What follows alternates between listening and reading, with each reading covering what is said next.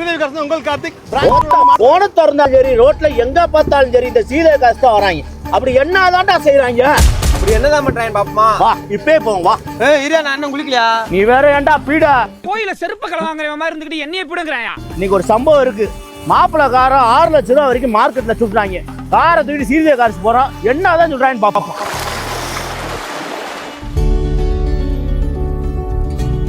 Sir நீங்கள் எதிர்பார்க்குற மாதிரியே உங்கள் பட்ஜெட்டில் இந்த கார் இருக்கும். ப்ரோ நம்ம மாப்பிள்ளை காரே விற்கணும். ஸோ ஒரு 10 மினிட்ஸ் வெயிட் பண்ணுங்க, நான் ஸ்டாப் பார்த்து சொல்றேன். ஸோ வெஹிக்கிள் செக் பண்ணி பார்த்தோம், சர்வீஸ் ரெக்கார்ட் ப்ராப்பராக இருக்குது. ஸோ வெஹிக்கில் எந்த கம்ப்ளைண்ட்டுமே கிடையாது. வெஹிக்கிள் ட்ரைவ் பண்ணி பார்த்தாச்சு, மெக்கானிக் எல்லாமே செக் பண்ணி பார்த்தாங்க. வெஹிக்கிள் கண்டிஷன் நல்லா இருக்கு சார்.